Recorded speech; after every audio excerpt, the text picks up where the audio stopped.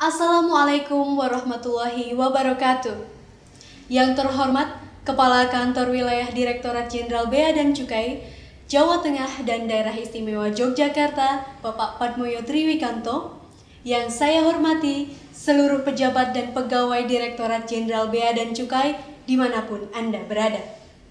Segala puji bagi Allah Subhanahu wa Ta'ala yang tiada henti-hentinya memberikan kita rahmat, karunia, serta nikmatnya untuk kita semua. Salawat dan salam tercurah kepada Nabiullah Muhammad Sallallahu Alaihi Wasallam, para sahabat, para tabi'in, tabi'un tabi'un yang menjadi uswah hasanah kita dalam berkehidupan. Bapak Ibu yang saya hormati, di sini saya akan berbicara tentang korupsi di tengah pandemi. Indonesia mengonfirmasi kasus pertama infeksi virus corona penyebab COVID-19 pada awal Maret 2020.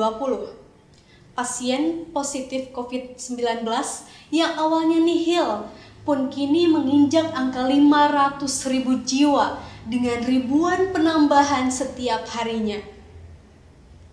Berbagai cara penanggulangan dilakukan oleh pemerintah untuk dapat meredam dampak dari pandemi COVID-19 di berbagai sektor. Pemerintah pusat sudah mengalokasikan anggaran puluhan triliun untuk membantu masyarakat yang terdampak langsung, juga membantu sektor usaha yang terkena imbas. Anggaran juga dialokasikan oleh pemerintah daerah. Tentu, sorotan utama dalam hal ini adalah anggaran. Korupsi di tengah pandemi. Percaya atau tidak, ini nyata terjadi. Melibatkan rasa kemanusiaan? Tidak. Rasanya masih hangat sekali di telinga kita. Menteri Sosial Juliari Batubara yang belum lama ini ditetapkan sebagai tersangka oleh KPK terkait kasus dugaan korupsi bantuan sosial penanganan COVID-19. Miris, dongkol, tega sekali. Bahkan sebelumnya Komisi Pemberantasan Korupsi telah menyampaikan ultimatum kepada semua pihak yang berani melakukan korupsi terhadap penanggulangan dana COVID-19. Tidak tanggung-tanggung. Hukuman mati akan dijerat kepada mereka yang coba-coba korupsi dana bantuan untuk COVID-19. Iya, dalam masa yang amat meresahkan di tahun 2020 ini, masih saja ada oknum-oknum yang membuat kita semakin resah.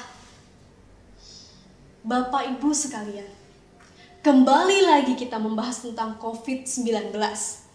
Yang hampir menutup tahun 2020 ini. Di tengah pandemi ini, kita belajar tentang new normal. Masyarakat diimbau, bahkan terpaksa untuk tinggal di rumah, guna mencegah penularan wabah virus corona yang semakin meluas. Kebijakan work from home pun menjadi salah satu sosialisasi yang menjadi tren saat ini. Namun, perlu kita ketahui bersama bahwa korupsi itu tidak melulu melibatkan triliunan rupiah untuk memperkaya diri sendiri. Dan hanya seorang pegawai saja juga tidak menutup kemungkinan untuk melakukan korupsi. Jauh dari korupsi yang dilakukan Juliari Batubara yang telah saya sampaikan tadi, yang menghasilkan miliaran cuan, perlu kita melihat lagi kepada diri kita sendiri. Tentang bekerja di rumah, apakah kita ini benar-benar menerapkan anti korupsi ke dalam diri ini? Bekerja di rumah bukan berarti kita bisa bermalas-malasan, berlibur tanpa penuh rasa tanggung jawab atas pekerjaannya, sulit untuk dihubungi, dan masih banyak lagi. Bekerja dengan kondisi seperti ini membutuhkan sikap disiplin yang lebih tinggi dan manajemen waktu yang sangat baik. Sebagian dari kita enggan benar-benar bekerja dari rumah karena membuat kita menjadi sulit berkonsentrasi. Namun disinilah nilai-nilai Kementerian Keuangan kita benar-benar diuji. Hal-hal kecil mestinya lebih kita perhatikan lagi. Korupsi waktu, mungkin orang lain tidak mengetahui. Namun pertanggungjawaban diri sendiri atas apa yang telah kita perbuat menjadi landasannya. Perbuatan yang kecil, namun korupsi tetaplah korupsi.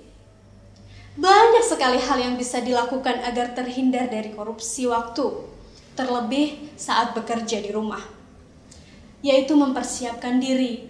Jangan berpikir bahwa kita bekerja di rumah maka suasananya pun bisa santai, seperti sambil berada di depan televisi. Hal tersebut tentu harus kita hindari sejauh mungkin, karena itu akan mengakibatkan produktivitas dalam bekerja pun menurun, membuat suasana seperti halnya di kantor bisa meningkatkan produktivitas kita saat harus bekerja di rumah. Kemudian mengatur jadwal, membuat kita disiplin dan merasa lebih bertanggung jawab sehingga tidak ada pekerjaan yang tertunda. Hindarilah kegiatan lain dan fokus pada pekerjaan ketika sedang bekerja di rumah. Menghindari kegiatan lain seperti berkumpul bersama teman, bermain di luar rumah, dan hal lainnya yang dapat mengganggu pekerjaan. Bapak dan Ibu yang saya hormati, negara kita ini tidak memerlukan orang yang hanya memiliki kepintaran saja, melainkan orang yang memiliki kejujuran dan jika kepribadian yang besar sehingga tidak mudah terpengaruh oleh orang lain. Seharusnya kita mementingkan kualitas, bukan kuantitas belaka. Terlalu banyak orang-orang yang pintar, tetapi hanya segelintir orang yang hanya memiliki kejujuran. Kalaulah kita terima pendapat bahwa korupsi merupakan perbuatan yang benar-benar ditolak ajaran Islam, maupun semua elemen masyarakat dan merupakan dosa yang sangat besar, maka alangkah indahnya perkataan dari Ibnul Mu'taz. Tinggalkanlah dosa, baik yang kecil ataupun yang besar, maka itulah takwa. Jadilah seperti orang yang berjalan di atas tanah yang berduri. Tentu ia akan berhati-hati atas apa yang dilihatnya. Janganlah engkau meremehkan dosa-dosa yang kecil, karena gunung yang besar pun adalah dari kerikil. Wallahu a'lam bishawab. Semoga cerita singkat ini bermanfaat dan semoga kita semua terjaga dari sifat korup, serta memohon hidayah dan petunjuk kepada Allah agar senantiasa menjaga diri dan keluarga kita untuk menjauhi apa yang dilarang Allah dan Rasul-Nya. Jikalau ada kata-kata yang kurang berkenan, saya mohon maaf. Mari kita berantas korupsi mulai dari diri sendiri. Wassalamualaikum warahmatullahi wabarakatuh.